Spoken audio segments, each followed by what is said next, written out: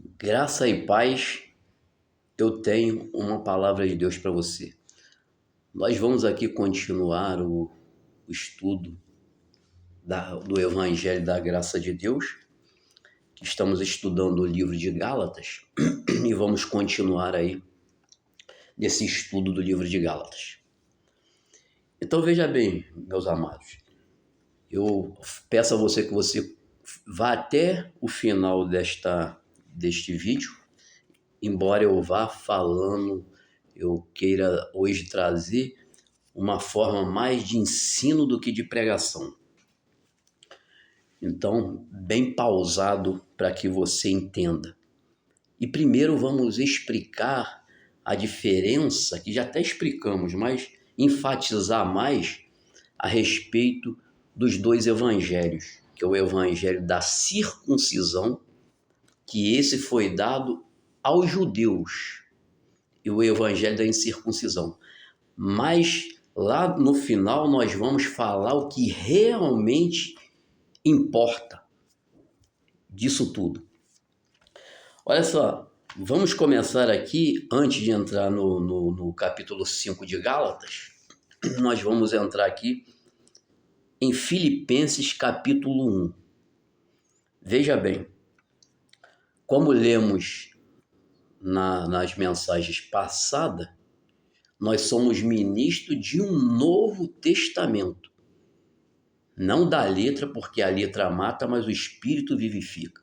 Você pode ver isso até nos vídeos passados, nas mensagens passadas. Então Deus não nos levantou para ser ministro da lei, até porque a lei não vigora mais na vida daqueles que têm Jesus Cristo como Senhor. A partir do momento que eu tenho Jesus Cristo como Senhor, a lei não vigora mais para mim. Por quê?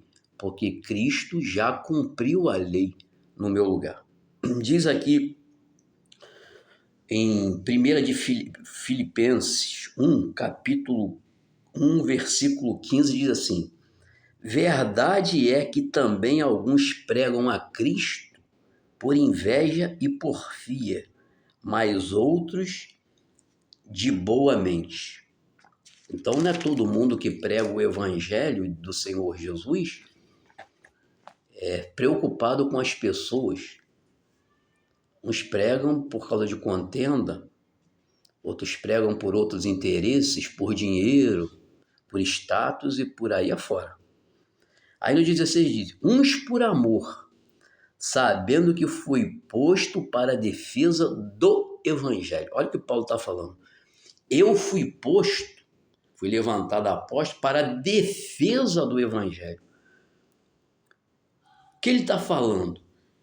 Que quando o Senhor Jesus ungiu como apóstolo do evangelho da graça de Deus, do evangelho da incircuncisão, ele foi ungido para defender essa bandeira, para defender esse evangelho que o Cristo ressuscitado trouxe, por causa do embate que sempre teve e até hoje tem, entre lei e graça, entre o evangelho da circuncisão, que esse evangelho é lícito, mas é lícito para judeus e não para gentios.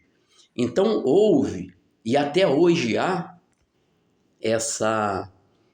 esse embate, que quer dizer que o evangelho da graça, muitos falam até que é o evangelho da libertinagem, porque é o evangelho da liberdade. Aí eles blasfemam o espírito da graça, como futuramente nós iremos ver lá em Hebreus, ultrajam o espírito da graça, né, dizendo que a graça de Deus é libertinagem. E não é. A graça de Deus é a liberdade real, porque quando a pessoa tem a liberdade real, ela segue o Senhor por amor e não por medo. Porque as pessoas pregam um monte de coisa, mas pregam o maior dos pecados. Porque qual é o pecado? Qual é o mandamento de Jesus? Amar a Deus sobre todas as coisas e ao próximo como a ti mesmo. Mas eles não pregam para você amar a Deus. Eles pregam o medo. Então as pessoas muitas vezes estão ali pensando que estão servindo a Deus, mas não estão, porque elas estão descumprindo o mandamento de Deus. Descumprir o mandamento é estar pecando. Ela não está servindo a Deus por amor, porque ela nem conhece a Deus, porque eu só consigo conhecer a Deus pela palavra, quando eu mergulho na palavra. Fora disso, eu não conheço a Deus. Né? Então a pessoa não conhece a Deus, ela fica ali, entrega a sua vida ao fulano, ao beltrano lá que tem uma religião, e esse começa a botar medo na pessoa. Então a pessoa com medo de ir para o inferno fica ali aprisionada. Quer dizer, é a mesma coisa de você estar casado com alguém, então você ser casado com alguém, está permanecendo no casamento que você gosta da pessoa, porque você ama a pessoa, não, você está lá com medo de morrer, que se você largar ela te mata. É isso aí que estão pregando para as pessoas. Estão pregando o medo.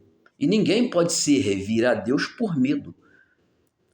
O mandamento é amar a Deus sobre todas as coisas. Eu tenho que seguir a Deus porque eu amo. E como é que eu amo? Sabendo o que Ele fez por mim. Sabendo que Ele sacrificou o seu próprio filho por mim. Que Ele agradou morrer o seu próprio filho no meu lugar. Ele pagou o preço que não podia ser pago. Quando eu examino as Escrituras e tenho consciência disso, então eu começo a amar a Deus, porque eu vou dar valor ao que Ele fez por mim. Não que eu tenha medo de Deus, que Deus vai jogar um raio na minha cabeça, vai me jogar nos quintos dos infernos. Não, isso aí não é amor. Isso aí não é servir a Deus. Eu só posso servir a Deus amando a Ele. É sobre todas as coisas, e o próximo como a mim mesmo. Quer dizer, quando eu amo o próximo como a mim mesmo, eu não fico querendo, maldizendo o próximo, fazendo fofoca do próximo, desejando o mal do próximo, não.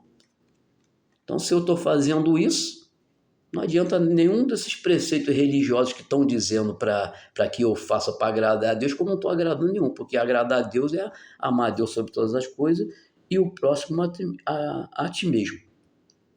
Aí, no 17 diz assim, mas outros, na verdade, anunciam Cristo por contendas,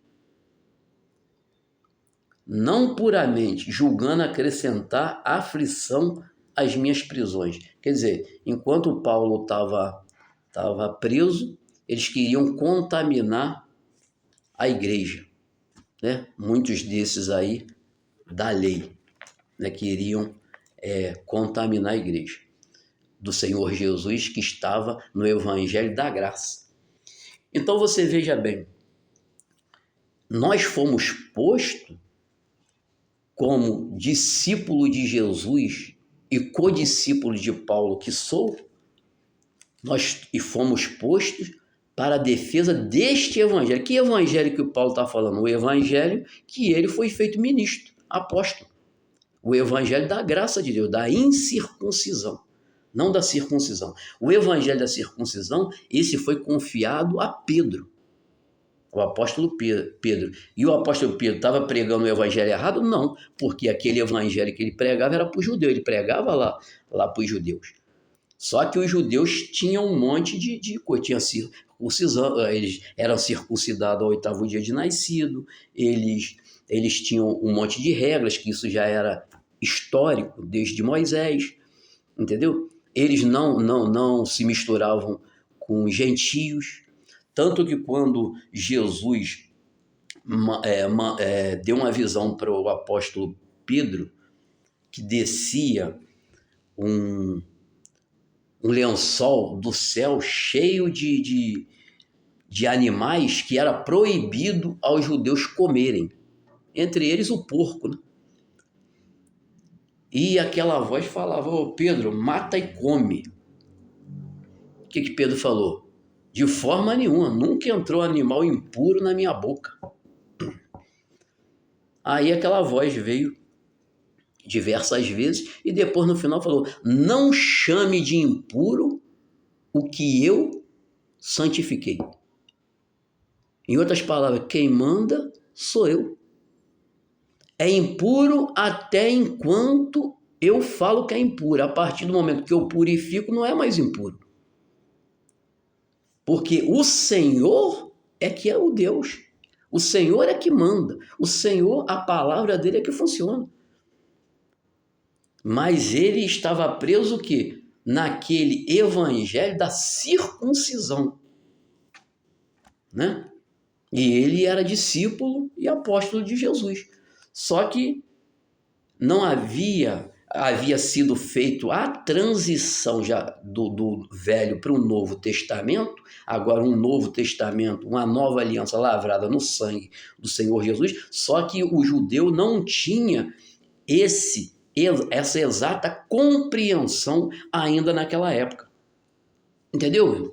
Embora tempos depois, o apóstolo Pedro, ele tomou a consciência de que o evangelho real que era para ser pregado não era o evangelho da circuncisão, e sim o evangelho da incircuncisão. Você quer ver? Vamos lá em 2 de Pedro, Epístola de Pedro, segunda Epístola de Pedro, no capítulo 3, né, lá no finalzinho. Epístola de Pedro, capítulo 3, versículo 15. Olha só o que o apóstolo Pedro diz. Tempos depois, porque o mesmo que foi lá e sentou com os judeus lá em Gálatas e depois começou a conspirar contra os gentios, porque até chegar os de Tiago, ele sentava com os gentios, depois se levantou com medo lá do pessoal de Tiago, começou a julgar os gentios.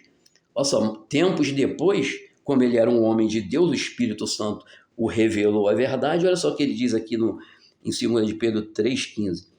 E tende por salvação a longanimidade do nosso Senhor, como também o nosso amado irmão Paulo vos escreveu segundo a sabedoria que lhe foi dada, falando disto como em todas as suas epístolas, entre as quais há pontos difíceis de entender, que os indoutos e inconstantes torcem e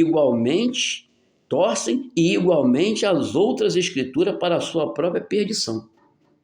Então ele está falando, esse evangelho da graça, justificação pela fé em Jesus, é difícil para a gente entender, é difícil para o judeu entender, porque ele foi criado ali na lei, criado embaixo do medo, embaixo de que errar é amaldiçoado, e isso e aquilo outro. Então era difícil para entender, mas ele aqui já tinha entendido. E ele fala, e eles torcem essa palavra dizendo muitas vezes que o evangelho da graça é o evangelho da libertinagem. Porque eles acham que liberdade é sair pecando, sair fazendo as coisas erradas. Não, a liberdade não é sair fazendo as coisas erradas. É livre para não fazer as coisas erradas. Porque ele não é mais escravo. Ele não é mais escravo da prostituição, do adultério, do roubo, das coisas que a palavra de Deus diz para não fazer. Ele não é mais escravo. Esta que é a liberdade. Aí no 17 diz assim, no versículo 17: vós, portanto, amados, sabendo isto de antemão, guardai-vos de que, pelo engano dos homens abomináveis, sejais juntamente arrebatados e descaiais da vossa firmeza. Olha só agora o conselho de Pedro. Antes, crescei na graça e conhecimento de nosso Senhor e Salvador Jesus Cristo. A ele seja dada a glória, assim como no dia da eternidade. Amém. Quer dizer, o último conselho de Pedro: crescei na graça e no conhecimento do Senhor. Por isso que na mensagem passada nós falamos, deixando de parte os ensinos elementares da doutrina de Cristo. Sigamos para o que é perfeito. Não lançando de novo doutrina de batismo, da imposição das mãos, do arrependimento, da fé em Deus. Por quê? Isso é quando eu chego. Quando eu chego, me pregar da fé em Deus, a doutrina do batismo, entendeu? A imposição das mãos. Isso é o beabá de quando eu entro no evangelho. Mas quando eu vou caminhando, eu não posso fazer igual Michael Jackson, ficar dando passinho para trás, não.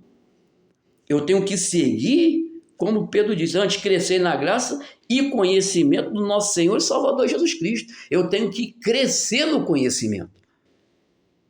E como é que eu cresço no conhecimento? Examinando as Escrituras e pedindo a direção do Espírito Santo.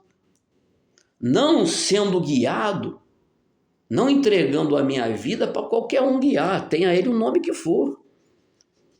Tenha ele até nome de semideus. Entendeu? Tem pessoas que cada dia se promove um nome novo. É pastor, é bispo, é apóstolo, é pai de santo, é guru. Cada dia cada dia ele promove um nome para dizer que ele é melhor do que os outros. Não é não. Melhor é a palavra. Então eu tenho que conhecer para que eu não entregar minha vida, para que ninguém venha me enganar. Então, o próprio apóstolo Pedro, na qual lhe foi confiado o evangelho da circuncisão, que era o evangelho para os judeus, para os hebreus. Esse sim, esse era o evangelho correto para eles. Mas existe uma coisa que não é possível servir a Deus, não importa se é o evangelho da circuncisão, o judeu seguindo o evangelho da circuncisão, ou o gentil na incircuncisão. Sem este ponto, não tem mais nada. Então, esse ponto aí é o principal. Então, vamos lá agora saber que ponto é esse. Vamos em Romanos, carta aos Romanos, capítulo 4, Romanos 4, versículo 8. Olha só o que diz aqui. Bem-aventurado o homem a quem o Senhor não imputa o pecado. Vem, pois, esta bem-aventurança sobre a circuncisão somente ou também sobre a incircuncisão? Aqui já começou a falar dos dois evangelhos. O evangelho da circuncisão e o evangelho da incircuncisão. Porque dizemos que a fé foi imputada, ou da incircuncisão. Por que dizemos que a fé foi imputada como justiça a Abraão? Como lhe foi, pois, imputada? Estando ele na circuncisão ou na incircuncisão? Não na circuncisão, mas na incircuncisão. E recebeu o selo da circuncisão, selo da justiça da fé, quando estava na incircuncisão, para que fosse pai de todos os que creem, estando eles também na incircuncisão, a fim de que também a justiça lhe seja imputada, e fosse pai da circuncisão, daqueles que não somente são da circuncisão, mas que também andam nas pisadas daquela fé de Abraão, nosso pai, que tivera na incircuncisão. Porque a promessa que havia de ser herdeiro do mundo não foi feita pela lei a Abraão, ou a sua posteridade, mas pela justiça da fé. Até porque quando foi feito essa promessa a Abraão, nem lei tinha. A lei veio muitos anos depois que Deus deu a Moisés no Monte Sinai. Pois se os que são da lei são herdeiros, logo a fé é vã e a promessa é aniquilada. Se é pelas coisas que eu faço pela lei, então a fé é vã. Para que fé? Preciso ter fé, só eu cumprir as regras. Que eu vou ser justificado. Então aí a fé é vã e a promessa é anulada. Então aqui o que acontece que está dizendo aqui? O evangelho primeiro foi anunciado a Abraão. Aqui anunciou os dois evangelhos a Abraão. Anunciou, Deus falou para Abraão, em ti serão benditas todas as nações da terra. Não é só a nação de Israel, é todas as nações da terra. Então, aí Deus falou aqui, essa foi a promessa dada a Abraão, que ele seria pai de uma grande nação, e seriam benditas neles todas as nações da terra. Então, você veja bem, mas quando esta promessa foi feita a Abraão, ele não havia sido circuncidado. Ele teve esta promessa, olha só o que diz aqui, no 9: vem, pois, esta bem-aventurança sobre a circuncisão somente, ou também sobre a incircuncisão? Por quê? Que dizemos que a fé foi imputada como justiça a Abraão? Como lhe foi, pois, imputada? Estando na circuncisão ou na incircuncisão? Não na circuncisão, mas na incircuncisão. Ele não tinha sido... Ele creu em Deus e isso lhe foi imputado como justiça. Por causa da fé. Não foi por causa do sacrifício que ele fez sendo circuncidado. Entendeu? Então, a promessa foi feita para ele na incircuncisão. Aí, depois que esta promessa foi feita na incircuncisão para o direito dos gentios, que milhares de anos depois aconteceria, né? Chegasse a nós depois de Jesus Cristo, esse evangelho já tinha sido anunciado para Abraão, muito antes da lei. Muito antes da lei. E também, aí o que acontece? O que diz aqui? No 11: e recebeu o sinal da circuncisão, selo da justiça da fé. Quer dizer, selo na carne da justiça da fé. Quer dizer, ele recebeu como se fosse um prêmio, como se fosse uma medalha no seu corpo, uma marca no corpo físico, como justiça da fé. Como o camarada foi para a guerra, ganhou a guerra, lutou na guerra, depois foi condecorado com a medalha de honra, para que fosse pai de todos os que creem. Abraão é pai da fé, pai dos que creem, estando ele também na incircuncisão, a fim de que também a justiça lhe seja imputada. E fosse pai da circuncisão, quer dizer, a partir do momento que ele creu, recebeu a promessa, que já estava dita, de que nele seria bendita todas as nações da terra. Ele seria pai dos da fé, dos gentios também. Mas, o que diz aqui?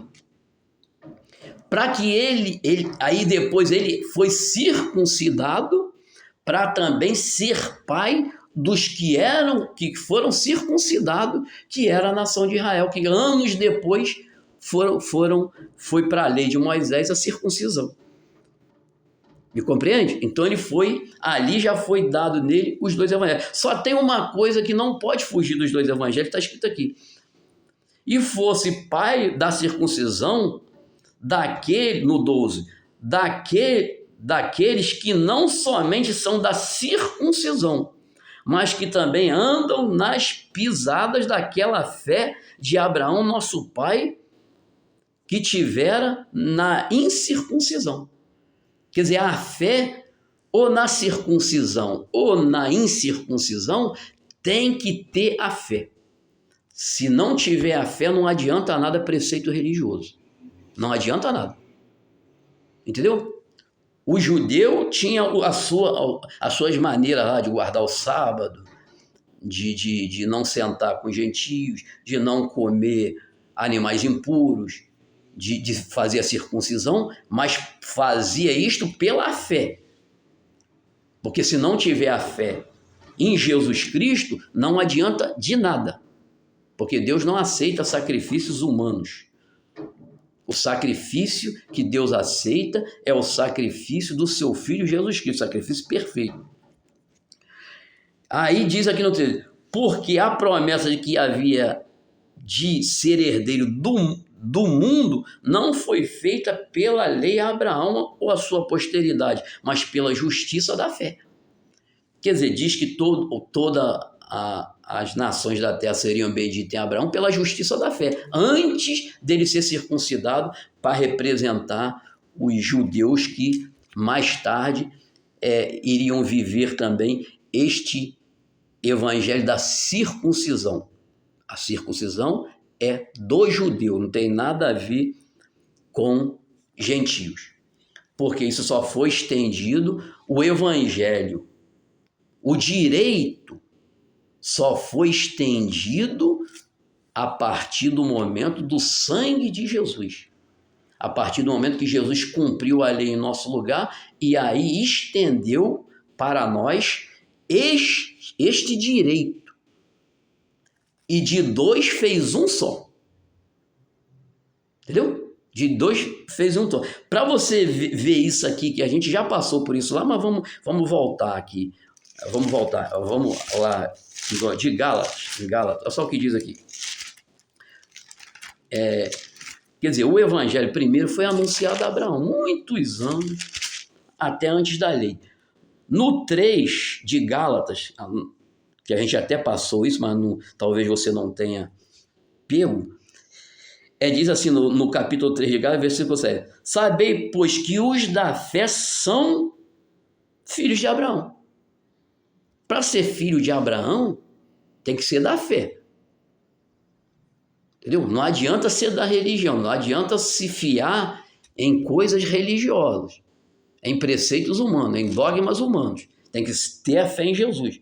Sabei, pois, que os da fé são filhos de Abraão. Ora, tendo a Escritura previsto que Deus havia de justificar pela fé os gentios, anunciou primeiro o evangelho a Abraão, dizendo, todas as nações serão benditas em ti. Quer dizer, o evangelho, a primeira vez que foi anunciado, foi anunciado a Abraão, muito antes da lei. Foi anunciado a Abraão que seria bendita, então nós somos herdeiros do mundo com crente em Abraão. Por quê? Porque esse evangelho foi anunciado a Abraão lá no início. Entendeu? Que os gentios seriam justificados pela fé. Entendeu? Embora tivesse passado muitos e muitos anos, e enquanto Jesus não veio e se ofereceu a si em sacrifício por nós, esse evangelho não foi estendido a nós. Esta graça maravilhosa de Deus não foi estendida a nós, né? Por causa do período que havia de ser cumprido, que era o período da lei mosaica. A lei foi dada para mostrar ao homem que, se não for a misericórdia de Deus, não adianta vir com conversa. Todos quebraram a lei. Por isso que a palavra de Deus diz, todos pecaram e destituídos estão da glória de Deus. Mas justificado pela sua graça, aí você tem direito. Justificado pelo que Jesus fez, porque ele já pagou o preço. E eu tenho direito a partir do momento que eu creio nesse sacrifício. Se eu não crer, eu não tenho direito. Eu sou justificado pura e simplesmente pela fé. E a religião não entende isso. Entendeu, irmão? Então, é isso que nós precisamos saber. Agora vamos lá para o capítulo 5. Agora sim entramos em Gálatas novamente. Nós paramos aqui no 31, o capítulo 4, versículo 31. Agora vamos aqui compreender mais a respeito deste evangelho maravilhoso, dessa graça gloriosa, que alegra demais o meu coração. Eu dou glória a Deus, eu dou graças a Deus, porque eu já fui ministro da lei. Eu já fui escravo da religião. Já fui escravo de homens. E eu dou graças a Deus, dou glórias a Deus por Ele ter me libertado pela sua palavra. Ele me chamou aqui para eu examinar as Escrituras e foi me revelando a sua palavra e a sua graça. Eu dou glória a Deus, eu sou livre.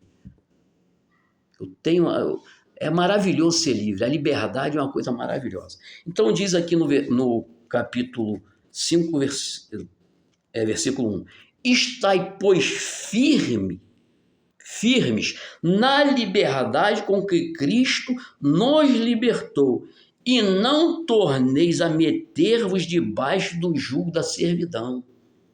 Presta atenção, meu irmão. Você tem que estar livre. Estar por livre na liberdade que Cristo já te deu. Não deixa ninguém, é você que deixa. É você que entrega a sua vida para pessoas mandarem, para homens dizer que são maiores do que você. É você que entrega, o culpado é você. O cara vem lá cheio de história, manipulando as escrituras. Ele manipula as escrituras contra você, por quê? Porque você não sabe nada. É igual eu costumo falar, é igual advogado de porta de cadeia.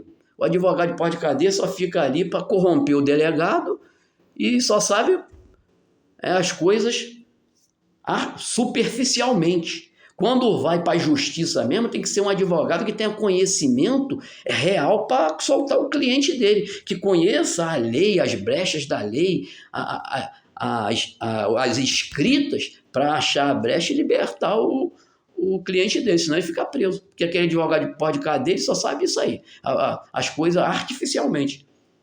Entendeu? Então, quando eu entrego a minha vida às pessoas, ao invés de examinar as escrituras e ter conhecimento para não deixar que ninguém me desvie,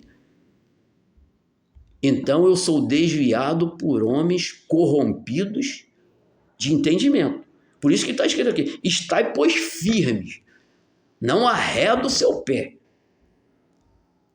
porque vão querer te convencer de que a graça de Deus é errada, que o certo é você seguir o evangelho da circuncisão. Você não é judeu, então o evangelho não foi feito para você. Você está querendo se colocar em lugar que não é seu.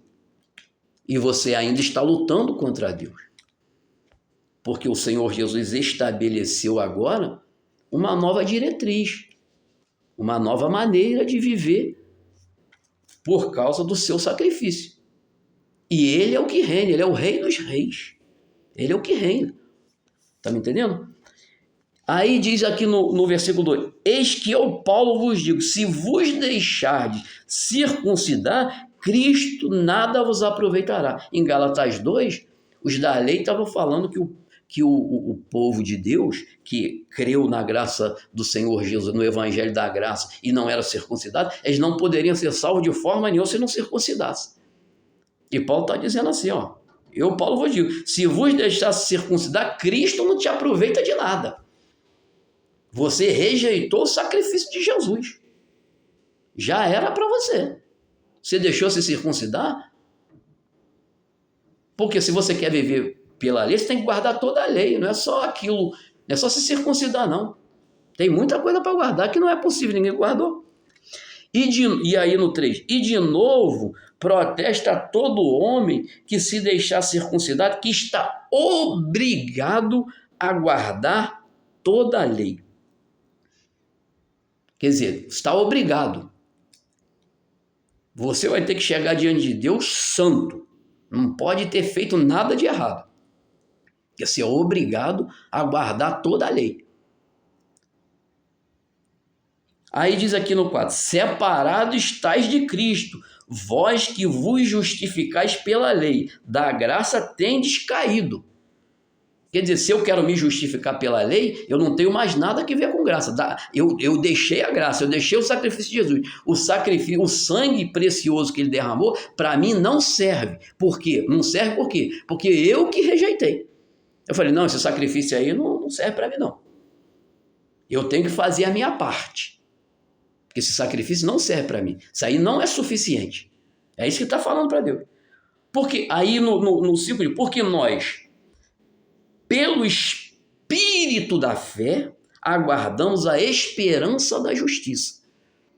Quer dizer, quando eu estou na graça de Deus, eu creio em Jesus, a minha esperança é só o dia de receber a recompensa.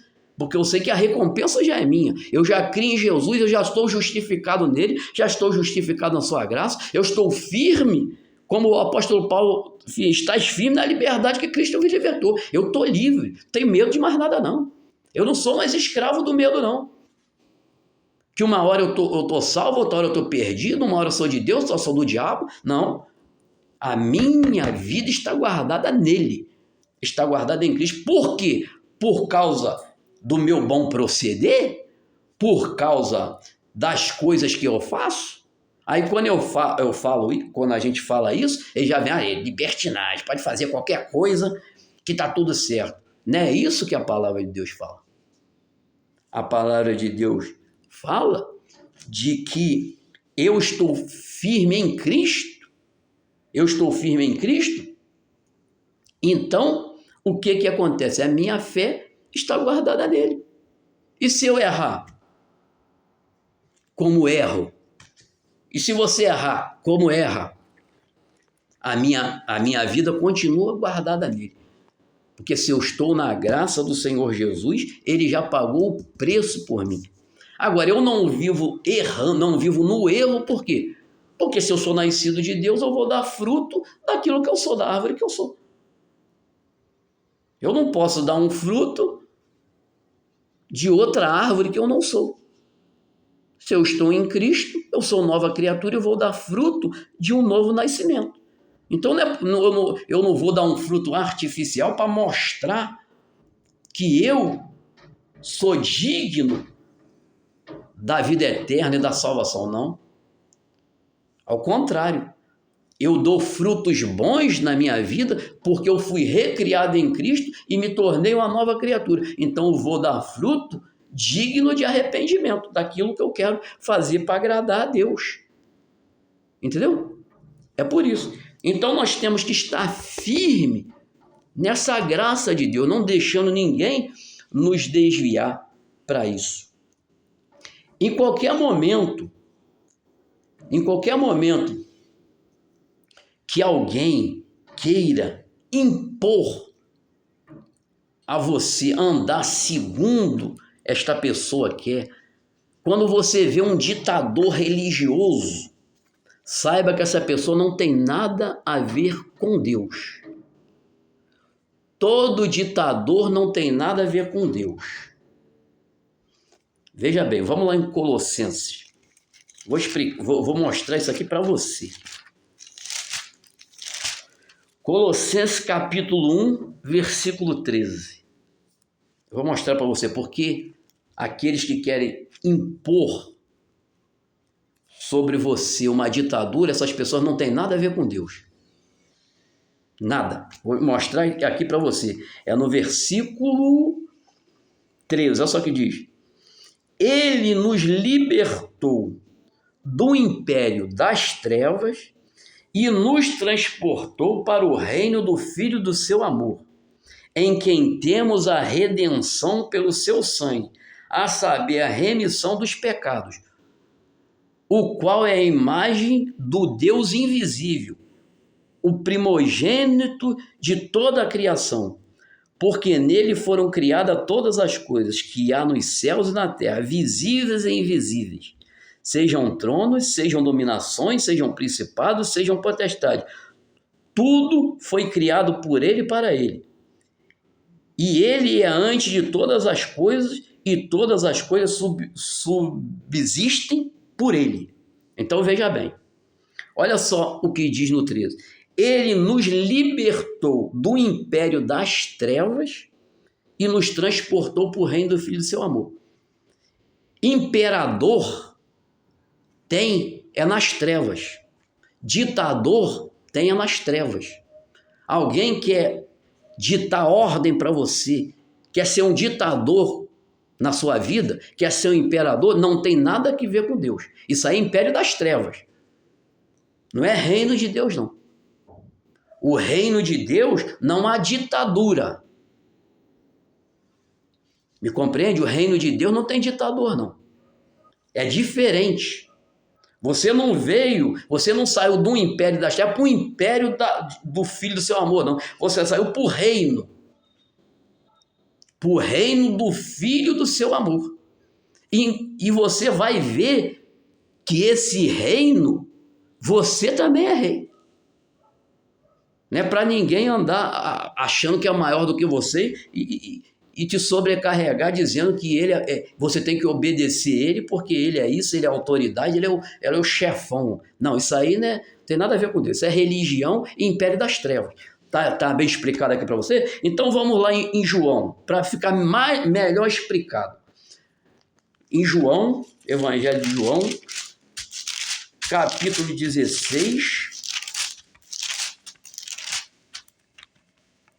versículo 7. Nós estamos buscando explicar isso aqui nos seus pormenores, porque há aqueles que têm títulos de sacerdotes da lei, ou melhor, tem títulos aí de pessoas de Deus, mas que de Deus não tem nada. Estou mostrando que são imperadores. Império é lá nas trevas, não é no reino de Deus, não. Pelos frutos que você vai conhecer. Mas se você não examinar as escrituras, você não vai saber disso. Se eu não como é que... é porque você sabe que você é pastor. Não é porque eu examino as escrituras. E se você examinar as escrituras, você vai saber também. Só que eu vou ensinar as pessoas a verdade. Eu não quero que ninguém... eu não quero subjugar ninguém, não. Entendeu? Eu acho muito bonito o cristão, como diz lá em Atos, cristão de Bereia, que Paulo foi pregar para eles e examinava na escritura do que o Paulo falava, era daquele jeito mesmo. O cristão de Bereia, não acredita em homem, não. Ele vai examinar as escrituras e o seu maior mestre é o Espírito Santo, esse que é o mestre. Você vai examinar para saber as escrituras, não entrega a sua vida para ninguém, não. Entendeu? Você gosta do ensinamento que gostamos? Que explicamos? Glória a Deus. Mas não entrega a sua vida para mim, não. Vai examinar as escrituras. Por isso que eu trago aqui muitas referências bíblicas para mostrar o que eu estou ensinando. Eu estou apenas replicando o que a palavra diz, para que você aprenda e seja livre, porque você só é livre pela verdade. A verdade é a palavra de Deus. Conhecereis a verdade, e a verdade é que vos libertará. Você é livre pelo conhecimento de Deus, e o conhecimento de Deus está nas Escrituras, principalmente no Novo Testamento e nas cartas de Paulo. Então veja aqui o que diz no capítulo 16 de João, versículo 7.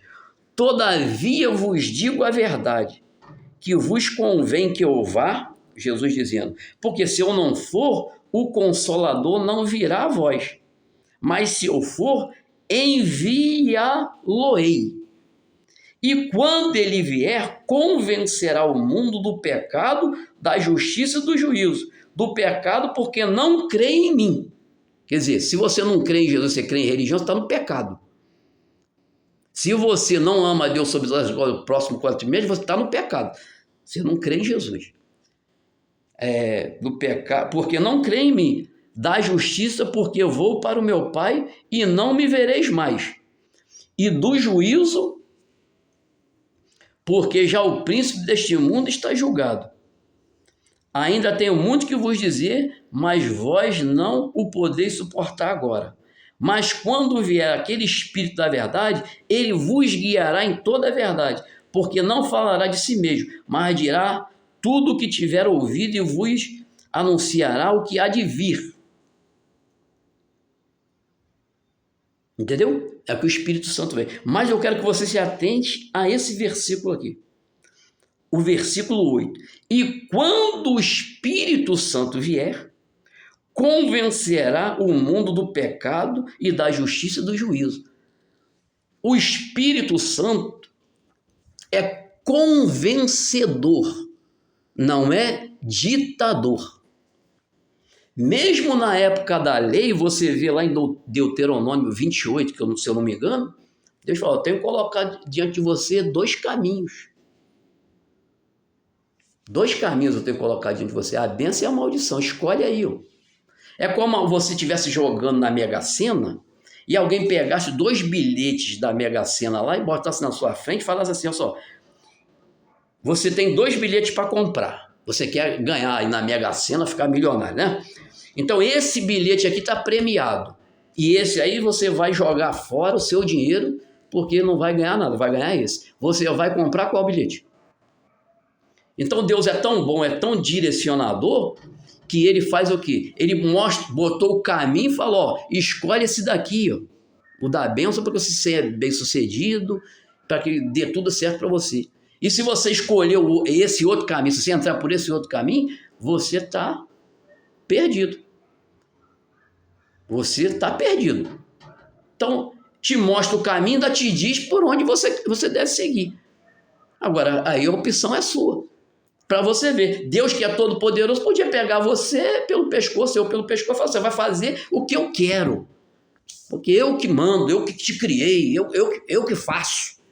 Não, ele botou os dois caminhos diante da pessoa. Entendeu? Os dois caminhos. Então o Espírito Santo, ele é convencedor. Ele não é ditador. Ditador é o Satanás, que é o imperador. O império das trevas. O imperador é o ditador. Ninguém pode contrariar o imperador, que ele manda matar, manda destruir. Mas o reino de Deus é o Espírito Santo convencendo o homem do pecado, da justiça e do juízo. Ele vai convencer, não, você vai convencer a mim, como convenceu a mim, de repente convenceu a você, ou está convencendo agora, de que você deve deixar o erro. E convence da justiça. Que justiça? Que o sangue de Jesus te purifica de todo pecado. Que se você receber o Senhor Jesus na sua vida, você será limpo, livre. Você estará livre na liberdade que Ele te libertou. E de que se você também rejeitar, tem o juízo. Mas o juízo só vem para aquele que rejeitou Jesus, porque o juízo que havia de vir contra mim, contra você que recebeu Jesus, já estava sobre ele, já pagou a pena. O castigo que nos traz a paz estava sobre ele, e pelas suas pisaduras fomos sarados. Quer dizer, o castigo que eu deveria sofrer já estava sobre ele, mas estava sobre aquele, está o castigo daquele que crê no sangue de Jesus. Porque se não crê, como diz ali em Gálatas, Cristo nada te aproveita. O sacrifício de Jesus não aproveita nada para esses que não creem nele. Não adianta. Ele vai ter que se justificar sozinho diante de Deus. Entendeu? Então, está bem explicado. Eu creio que está bem explicado. Que imperador é das trevas. E convencedor é da luz, que é o Espírito Santo, o Espírito da luz. Então alguém quer te subjugar, quer te escravizar, sai fora, irmão. Sai fora, porque isso é espírito das trevas. Tem nada a ver. Pode falar de Bíblia, pode ter uma retórica muito boa, uma narrativa maravilhosa, pode usar a Bíblia de trás para frente, de frente para trás, mas isso aí não adianta nada. É ditador? Está nas trevas. A palavra de Deus diz que Satanás se fantasia até de anjo de luz para enganar as pessoas. Mas se você está na luz da palavra, ninguém vai te enganar. Entendeu? Então eu vou te mostrar lá. Vamos lá agora em Apocalipse. Para você saber quando você tem Jesus na sua vida, quem é você. Para você não deixar ninguém te escravizar. Tá? Vou mostrar isso para você aqui. Apocalipse capítulo 1, versículo 4 diz assim: João, às 7 igrejas que estão na Ásia, graça e paz seja convosco, da parte daquele que é, e que era, e que há de vir, e dos 7 espíritos que estão diante do seu trono, e da parte de Jesus Cristo, que é a fiel testemunha, o primogênito dos mortos e o príncipe dos reis da terra. Presta atenção, príncipe dos reis da terra. Aquele que nos ama e em seu sangue nos lavou dos nossos pecados e nos fez reis e sacerdotes para Deus e seu Pai. A ele glória e poder para todo sempre. Amém. Agora vou explicar para você nos pormenores para você saber. No 5 diz, e da parte de Jesus Cristo, que é a fiel testemunha, o primogênito dos mortos e o príncipe dos reis da terra. Presta atenção, sabe quem é esse rei da terra? Somos nós que cremos em Jesus. Ele é o nosso príncipe. Eu não sou mais escravo de ninguém, não. Se você se vestiu de Cristo, você não é escravo de ninguém, não. Você é rei. Aquele que nos ama, continua, é aquele que nos ama e em seu sangue nos lavou dos nossos pecados. Você foi lavado dos seus pecados em Jesus? Então, a partir do momento que você foi lavado dos seus pecados em Jesus e nos fez, você foi lavado no sangue de Jesus, a partir dali você é uma nova criatura. Agora você é o quê? E nos fez reis. Tá vendo? Agora eu sou rei. Então eu não estou aí recebendo ordem de ninguém, não. Eu tenho domínio sobre a minha vida. E sacerdote. Sacerdote por quê? Porque eu não dependo mais de ninguém para entrar na presença de Deus. Porque o único sacerdote que existe hoje é Jesus Cristo. E quando ele me lava, ele me coloca no seu corpo. Eu sou membro do corpo de Cristo. Então eu tenho livre acesso a Deus pelo caminho. Que caminho? O caminho é o próprio corpo de Cristo que eu estou enxertado nele. Então eu preciso de homem, não.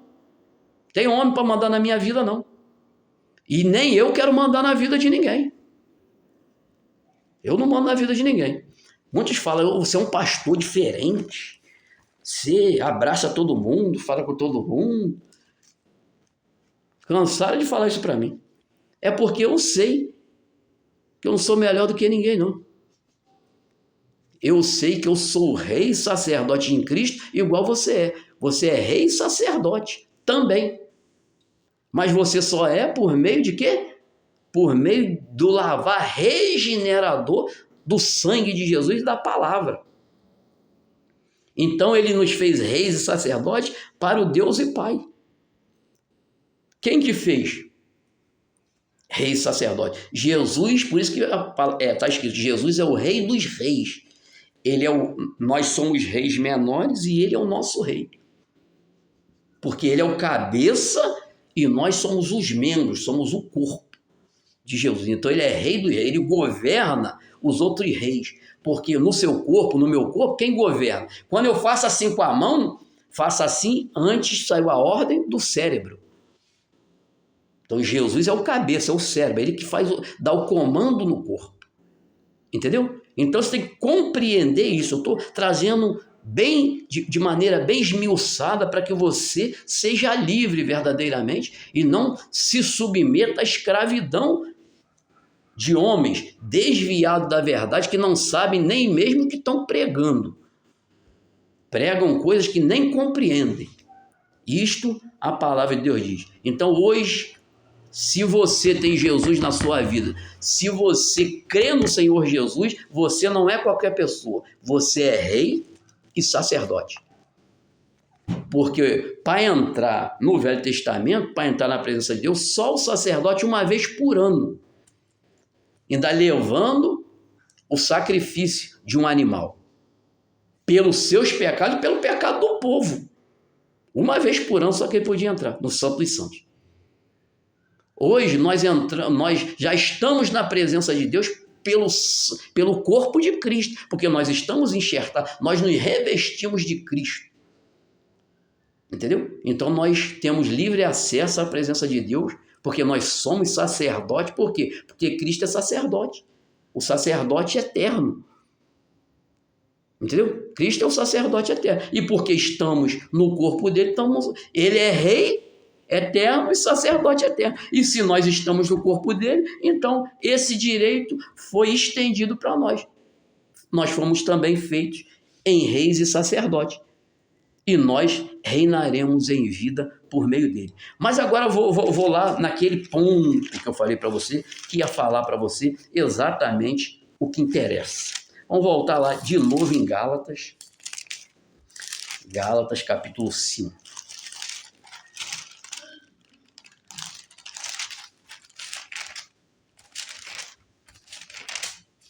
É maravilhoso, graça maravilhosa, isso me alegra muito. O meu coração falta pouco saltar do peito pelo Espírito Santo me ter revelado essa maravilha. Aí diz aqui, no capítulo 5 de Gálatas, versículo 6. Isso aqui é o que interessa.